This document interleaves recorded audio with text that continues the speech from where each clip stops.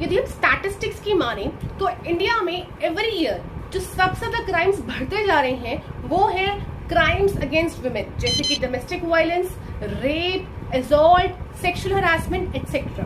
वही उसी अनुसार उसी कड़ी में यदि हम आगे चलते हैं तो एक न्यूज़पेपर रिपोर्ट के अनुसार दिल्ली में every year around 60 to 70% of rape cases जो हैं वो फॉल्सली दर्ज होते हैं। इसी कड़ी में मेरी आज की वीडियो जो है क्रुएलिटी लॉस के ऊपर है।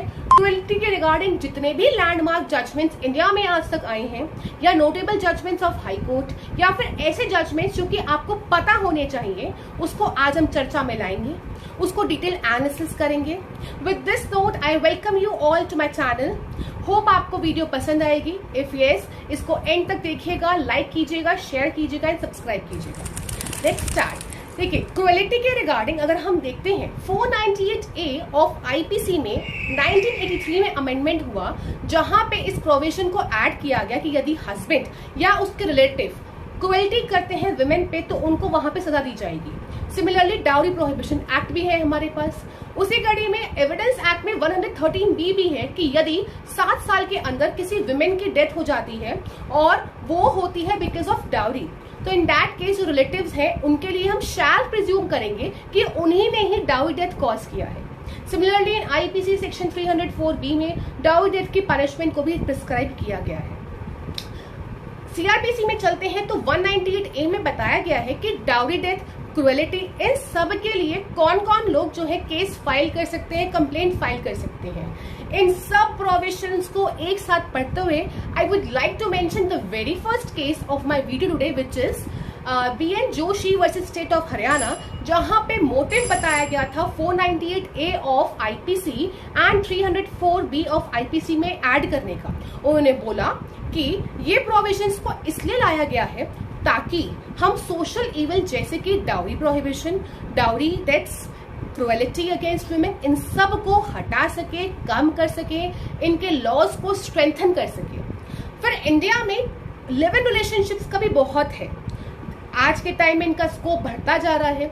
यदि एक कोई भी हस्बैंड और वाइफ ना होते हुए भी साथ में रह रहा हो और ऐसा प्रिज्यूम किया गया हो कि वो लिव इन रिलेशनशिप है, अगर वो लड़का उस लड़की पर क्रुएलिटी करता है तो क्या वो भी 498A की श्रेणी में आएगा?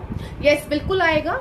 ये चीज हमारे पास हेल्ड हुई थी रीमा अग्रवाल वर्सेस अनुपमा केस में, जिसमें ये बोला गया even for the live in relationship यहाँ पे ये लॉज लगेंगे। अब मैंने आपको बताया अभी थोड़ी देर पहले कि 198A of CrPC tells you that जो भी ब्लड रिलेशन होते हैं, जैसे कि फीमेल जो कि अग्रीव्ड है, विक्टिम है, उसके मदर, फादर, सन, डॉटर, ये सब जो है दे फाइल द केस। उनके पास पावर है in CrPC 198A to file the case. But in the case NCW national commission women versus Bhaskara, उसमें एक्सप्रेसली बताया गया कि नेशनल कमीशन ऑफ वुमेन को भी पावर है टू फाइल द केस, क्योंकि वो वुमेन के लोक कल्याण के लिए काम करती है। इसी के चलते चलते चलते ऐसा चीज रिपोर्ट्स में आया कि बहुत सारे क्रुएलिटी के फेक केसेस फाइल होते जा रहे थे। तो 2014 में Arnesh versus state of Bihar का केस आया, जिसमें इसको रोकने के लिए एक्सप्रेसली गाइडलाइंस दी गई। बट उससे पहले हमारे पास एक केस लॉ और आया अरनेश कुमार केस लॉ से पहले, which is Sushil Kumar Sharma versus NCT of Delhi, जिसमें ये बताया गया कि 498A का मिसयूज बहुत ज्यादा हो रहा है। सिंस मिसयूज हो रहा है, so that is why the petitioner wanted कि 498A ऑफ आईपीसी को हम स्ट्राइक डाउन कर दे, अनकॉन्स्टिट्यूशनल कर दे। But in this particular case it was held that कि जस्ट बिकॉज एक प्रोविजन का मिसयूज हो रहा है, ये इसको असंवैधानिक करने का सोल्यूशन नहीं है। What we need to is to have proper guidelines। तो इस केस में बताया गया, कंसर्न दिखाया गया कि हमारे पास गाइडलाइंस होनी चाहिए। इसी के बाद हमारे पास आता है one of the landmark case which is Arnesh Kumar versus state of Bihar, जहां पे ये सुप्रीम कोर्ट ने बोला कि स्टेट गवर्नमेंट की पावर है वो इंस्ट्रक्ट करें कि आगे ऑफिसर्स को, आगे ऑफिशियल्स को कि ऑटोमेटिकली अरेस्ट नहीं होगा जब तक उनके पास सफिशिएंट मटेरियल नहीं होता है कि क्रुएलिटी अगेंस्ट वुमेन हुई है। So state government has to instruct all the police officials, all the police officers and other various authorities not to arrest until or unless sufficient material is there कि cruelty का case बनता है, prima facie case has to be there. साथ में ये भी चीज बताया इसमें कि police officers have to maintain a proper checklist, कि अगर वो अरेस्ट कर रहे हैं तो उसके लिए क्या क्या उन्होंने चीजें देखी हैं। The checklist has to be prepared and उसके बाद उसको फॉरवर्ड किया जाएगा मैजिस्ट्रेट को, that they have arrested on these following grounds. If they haven't arrested, अगर अरेस्ट का केस नहीं बनता है तब भी इस कंप्लेंट को आगे फॉरवर्ड किया जाएगा मैजिस्ट्रेट को। Now it is upon the magistrate कि अरेस्ट करना है या नहीं करना है। इन केस अरेस्ट नहीं होता है, so now according to section 41A within 2 weeks notice of appearance to the accused उसको सेंड किया जाएगा and he has to appear, and सुनने के बाद निर्णय लिया जाएगा कि उनको अरेस्ट करना है कि नहीं करना है।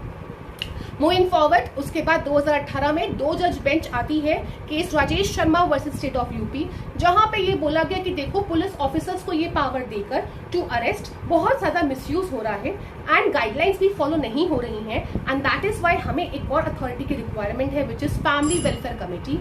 नाउ इस केस के तहत पावर फैमिली वेलफेयर कमेटी को दे दी गई to receive the complaints.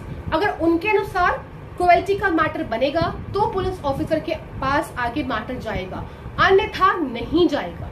So now family welfare committees got the power to take the cases. तो कंप्लेंट इनके पास दर्ज होने लगे, वो स्क्रूटनाइज करते थे किस किस केस में क्रुएल्टी है, they will go further to police officers and they will arrest. तो यहाँ पे एक चीज ये भी हेल्ड हुई कि अगर एक्यूज्ड लिव्स आउटसाइड इंडिया तो उनको तुरंत रेड कॉर्नर नोटिस ना जाए, पहले एमिकेबली सॉल्व करने की कोशिश की जाए कि क्या ठीक से सॉल्व हो सकता है, फ्रेंडली सॉल्व हो सकता है, और उसके बाद ही रेड कॉर्नर नोटिस जाए। पुलिस ऑफिसर से पावर छीन के फैमिली वेलफेयर कमेटी को ये पावर दे दी गई। उसी साल आगे चल के 3 जज बेंच आती है which is social action forum for Manav Adhikar versus union of India, 3 जज बेंच। जो मैंने आपको पहले बताया राजेश वर्सेस यूपी, उसमें 2 जज बेंच थी। तो यहाँ पे बोला फैमिली वेलफेयर कमेटी का संगठन करके आपने एक एक्स्ट्रा कॉन्स्टिट्यूशनल बॉडी बना दी है which is not valid, which is not lawful, which is unconstitutional. तो उसको स्ट्राइक डाउन करके पावर वापस पुलिस ऑफिसर्स को दे दी गई। बोला गया कि वो 498A क्रुएल्टी का जो ऑफेंस है that is non compoundable in nature. So इस चीज को ठीक करने के लिए, सॉल्व करने के लिए, स्क्रूटनाइज करने के लिए हम पावर किसी भी अदर अथॉरिटी को नहीं दे सकते।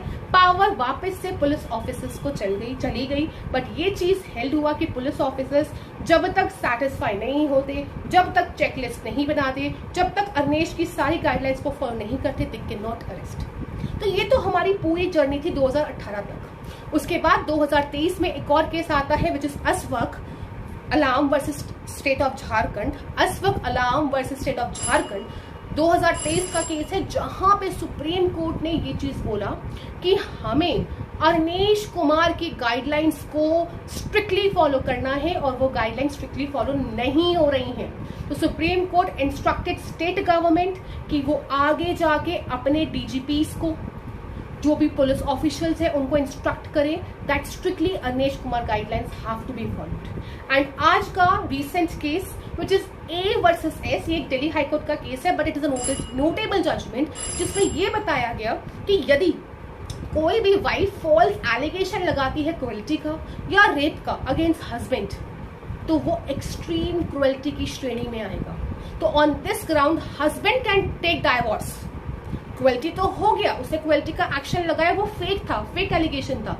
Now on this ground in the civil law, in the personal law, in Hindu law, क्योंकि यहाँ पे पार्टीज हिंदू थी, वेराज सेम भी मुस्लिम लॉ में भी जा सकता है, तो सेक्शन 13 में they can go for divorce. Husband जो है डाइवोर्स मांग सकता है विमेन से, और इस ग्राउंड पे डाइवोर्स मिलेगा ही मिलेगा। Under section 23 this act can not be condoned. ये आज ही का जजमेंट है 2 सितंबर दिल्ली हाईकोर्ट का, but it is a notable judgement. And Ashfaq versus state of Jharkhand का जजमेंट भी 26 अगस्त 2023 का है।